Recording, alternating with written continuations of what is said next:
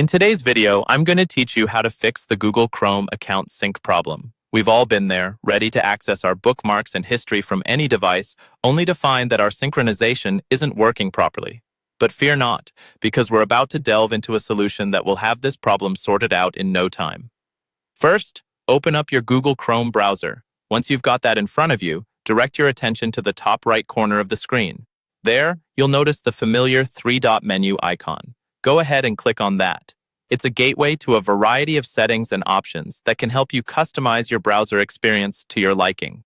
Now, when you click that three-dot menu, a drop-down list appears. From this list of options, you'll want to carefully select Settings. Selecting this will open up a new tab filled with various settings to explore. The key here is navigation, so let's make sure we're headed in the right direction. On the left-hand side of your screen, you'll see a sidebar menu. Towards the top of this menu, there is an option labeled You and Google. Click on this and it will bring up a new section dedicated to managing your Google account settings. This is where the magic happens with syncing.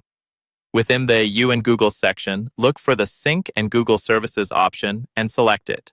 This is essentially the control center for all of your sync settings, where you can enable or disable synchronization of your account data across different devices. Don't worry, the process is quite straightforward.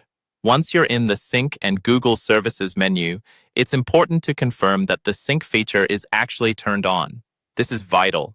If it's off, your data simply isn't being shared between devices, which could be the root of the problem you are facing. If it's not enabled, there should be a switch to turn it on. Go ahead and do that. Now, if sync is on, but still things seem a little bit off, you might want to take a closer look at what exactly you're syncing. Click on Manage What You Sync.